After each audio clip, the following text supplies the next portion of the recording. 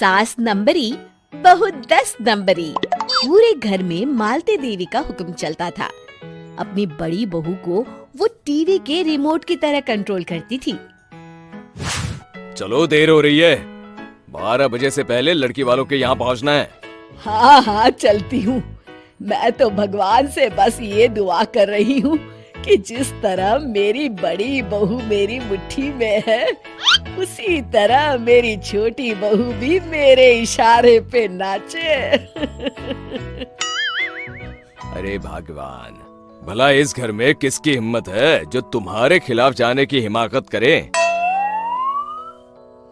इस तरह मालती देवी अपने छोटे बेटे की भी शादी कर देती हैं। मालती की छोटी बहू फैशन डिजाइनर का कोर्स करके आई थी। उसका सपना था कि शादी के बाद वो अपना खुद का बुटीक खोले। एक दिन, क्या बात है छोटी, तू तो एक से बढ़कर एक डिजाइन बना लेती है। इसमें कौन सी बड़ी बात है दीदी, आप चाहे तो मैं आपको भी सिखा सकती हूँ। हाँ, फिर हम दोनों मिलकर एक बुटीक खोल लेंगे। लेकिन दीदी, उसके लिए तो बहुत पैसे लगेंगे। हाँ तो क्या हुआ, पैसे माँ जी से ले लेंगे। हाँ हाँ, मेरे पास तो पैसों का पेड़ है ना, तोड़ के तुम दोनों को दे दूंगी। मेरी एक बात अच्छी तरह समझ लो, मैं तुम दोनों को एक ढेला भी नहीं देने वाली। बड़ी आई बुटीक खोलने वाली। ये आप क्या कह रही हैं माँ जी? आप हमारी मदद नहीं करेंगी तो कौन करेगा? अरे अगर बुटीक खोलने का इतना ही शौक है तो अपने माँ बाप से पैसे क्यों नहीं मांग लेती? मेरे पैसों पर क्यों आंख गड़ाए बैठी हो तुम दोनों? इस तरह अपने इरादे स्पष्ट करके मालती देवी वहाँ से चली जाती है। अरे ये क्या दीदी, माँ जी तो साफ मुकर गई। अब हम क्या करेंगे? तू चिंता मत कर, बुटीक तो खुल के ही रहेगा। कहते हैं कि घी जब सीधी उंगली से नहीं निकलता तो उसे उंगली टेढ़ी करके निकालना चाहिए। माँ जी अपने आप को समझती क्या है? पूरी सोसाइटी जानती है कि माँ जी ने अपनी सास को घर से निकालकर उनकी दौलत पर कब्जा कर लिया है। हाँ दीदी, अब तो जैसे को तैसा करना पड़ेगा। फिर दोनों बहुएं मिलकर एक साजिश रचती हैं। एक दिन, अरे नालायक, जरा ठीक तरह से पैर दबा, बिल्कुल मजा नहीं आ रहा। खाने पीने में तो कोई कसर नहीं छोड़ती। तभी वहाँ बड़ी बहू हाथ में एक फॉर्म लेकर आती है। माँ जी, आपके लिए एक खुशखबरी है। सरकार सभी बुजुर्गों को हर महीने 10,000 रुपए पेंशन देने वाली है। अरे ये क्या कह रही है तू? क्या सच में मुझे हर महीने घर बैठे 10,000 रुपए मिलेंगे?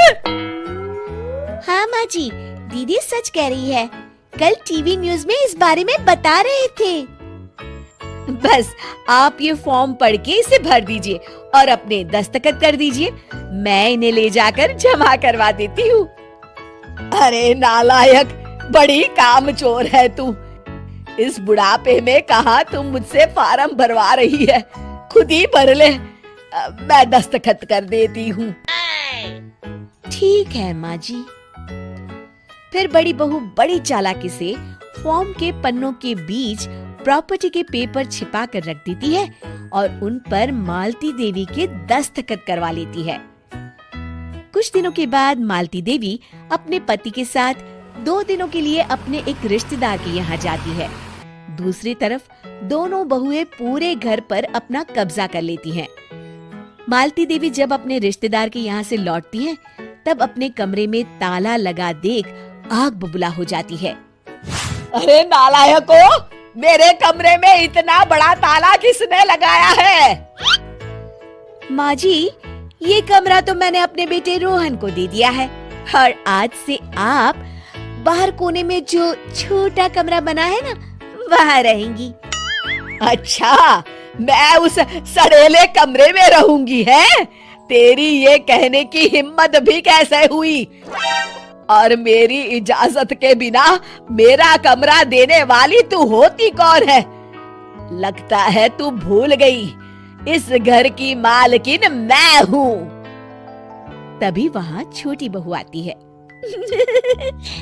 अरे माँ जी, आप इस घर की मालकिन नहीं है। अब इस घर की नई मालकिन हम दोनों बहुएं हैं। ये देखिए, इन प्रॉपर्टी के पेपर पर आप ही के दस्तखत है। अरे भाग्यवान, ये तुमने क्या कर दिया? दस्तखत करने से पहले एक बार ठीक से पढ़ तो लेती। अरे लेकिन मेरी बहुएं मेरे साथ ऐसा कैसे कर सकती है? अरे तो इसमें कौन सी अचरज की बात है? तुमने भी तो अपनी सास को घर से बाहर निकाल दिया था।